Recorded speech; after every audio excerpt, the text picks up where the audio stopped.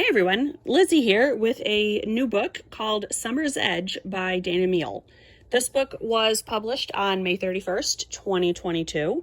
It was selected for the Young Adult Book Club by Barnes & Noble, and within 6 weeks they were already selling it half off. So that's not a great sign.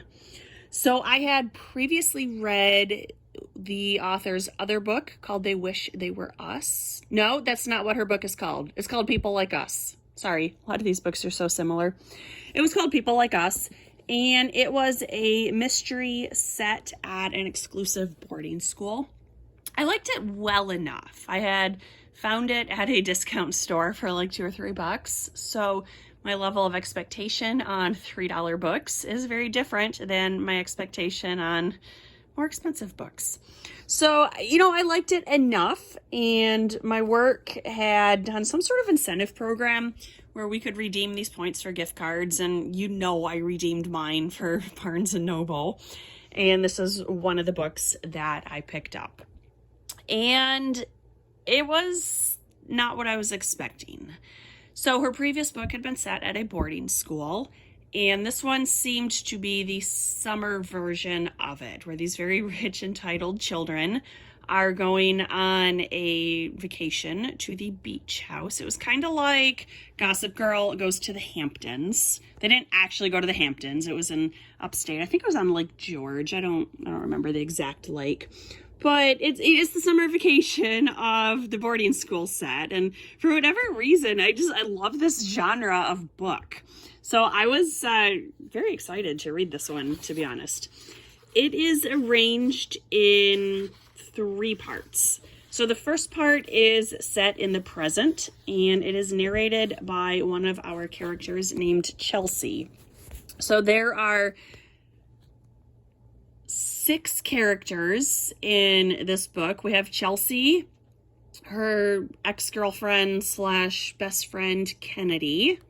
We have the other member of their triad named Emily, Emily's twin brother Ryan, and Ryan's best friend Chase, and his girlfriend Mele. I found all the characters to be pretty confusing because they didn't really have any major distinguishing characteristics, so that was unfortunate. So, the first part is the first 140 pages. It is narrated by Chelsea, and it is their annual trip to Kennedy's parents' house. They are, and this is not a spoiler because this is right in the description, Emily had died last year, and they are going one last time to honor her, to remember her, and really to say goodbye to their friend group.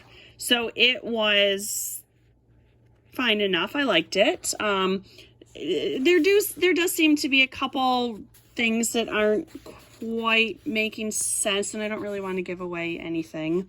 It is also, there's a couple very short chapters that are just a few lines long, interspersed by an unnamed narrator. So on page 142, it jumps 2 years previously, and this part is narrated by Kennedy. And then the third part, which is, it's about, 100 pages or so that Kennedy gets to tell. And then the last part is narrated by Emily, which was set 1 year ago. So it basically goes 2022, 2020, 2021. The second part that Kennedy narrates, it really seems to shift genres here. I was not expecting that, and I didn't really love it. And then the third part shifts back to just contemporary YA fiction.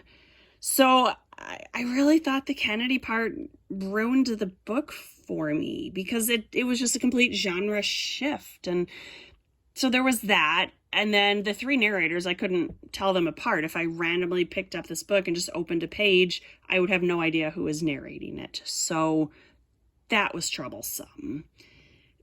The ending, some people on Goodreads are calling it a twist ending. I don't think that's really fair because we had basically 0 clues throughout the entire book that this twist was coming. And I don't hate a twist ending at all. It has to be done right. So as an example of a terrible twist, there was a book called Behind Her Eyes by Sarah Pinborough.